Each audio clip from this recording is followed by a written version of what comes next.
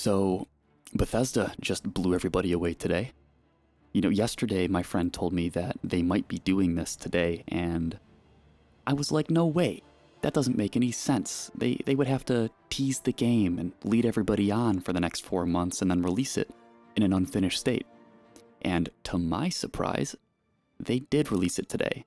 And it was actually in a very good state. It still has that typical Bethesda jank, that typical Oblivion jank, but it's good. Honestly, I feel like if it didn't have those problems or those quirks, that the soul of Oblivion might have been diminished in some sort of way. If it's a fight, you... So I'm actually thankful that those pieces of Oblivion are still in it.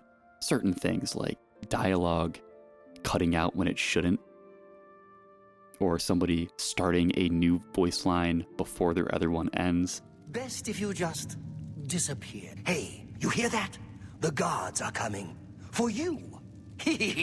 Stuff like that, or just funny, awkward Oblivion interactions. Everybody knows, everybody's seen the memes. You know what I'm talking about. But I've clocked in about 5 hours so far, and I've been having a ton of fun.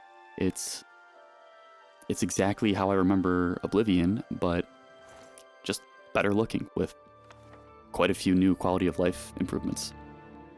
The quality of life improvements include the addition of sprinting, which I actually kind of forgot Oblivion didn't have to begin with, so that's definitely a welcome addition.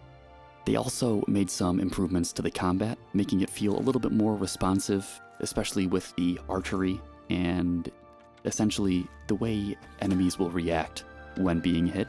It's a little bit more pronounced now. I did hear some people saying that they're making it more Souls-like with the new parry system they added. I don't really see that. I don't know. I feel like Souls-like is just such a buzzword nowadays that if you have the opportunity to throw it into your game, you will.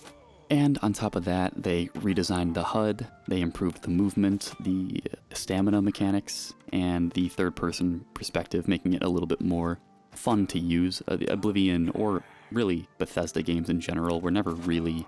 The third-person perspective was always there, but you will never see anybody using it. So that's a welcome addition. Oh, and I almost forgot, they actually added new voice lines and voice actors, which I did not expect at all. I was kind of expecting, really, I just kind of thought this was going to be Oblivion made for modern hardware. So, yeah, some of you may know that there's actually been a mod in development, a fan-made mod for Oblivion called Skyblivion, basically a graphical overhaul of Oblivion into the Skyrim engine. And when I heard about the remaster of Oblivion, I was kind of worried because I thought that Bethesda would wind up essentially telling the developers of Skyblivion to cease and desist, like kick rocks, you know what I mean? But apparently, they actually gave the developers of Skyblivion free keys to the remaster, and they're letting them continue working on the mod, which is a huge dub for gamers and for modders. Alright, now let's talk about the graphics of the Oblivion remake from Bethesda. I'm gonna be honest, it looks really good. It looks very good, actually. The way the shadows and the lighting work, it's a very pretty game.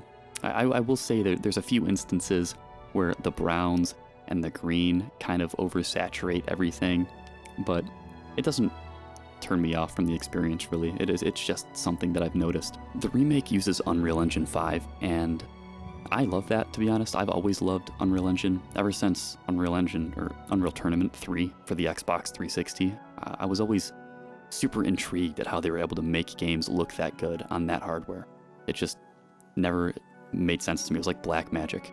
But when you climb to a high place and sort of just take in your surroundings, you look at the light cascading through the trees and you see the scenery, from very far away. That whole, you see that mountain, you can climb it thing. Like you kind of still feel that awe when you play this game. And I'm sure there's games that have done it better, but the fact that this takes place in Cyrodiil and it kind of just brings back all those memories, I don't know. There's definitely a nostalgia factor there, but I love it nonetheless.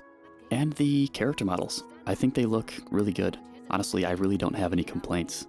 I mean, the Khajiit kind of look weird to me, but I think let's be honest, the Khajiit in Skyrim and Oblivion also looked kind of weird, but I was just so used to them looking that way. So it's a little bit of an adjustment for me, but I still think it all looks really nice. This is all coming from somebody who hasn't played Starfield, so a lot of these improvements probably were already made in that game, but the facial animation is really good. A lot better than I thought it would be. The way that the faces kind of contort when they're talking, the way the lips move, the way the eyebrows move, it makes it feel a lot more believable. It makes the emotion feel a little bit more real. It's still a little quirky, but it's an improvement. And like I've said a million times, it feels like a much welcome improvement.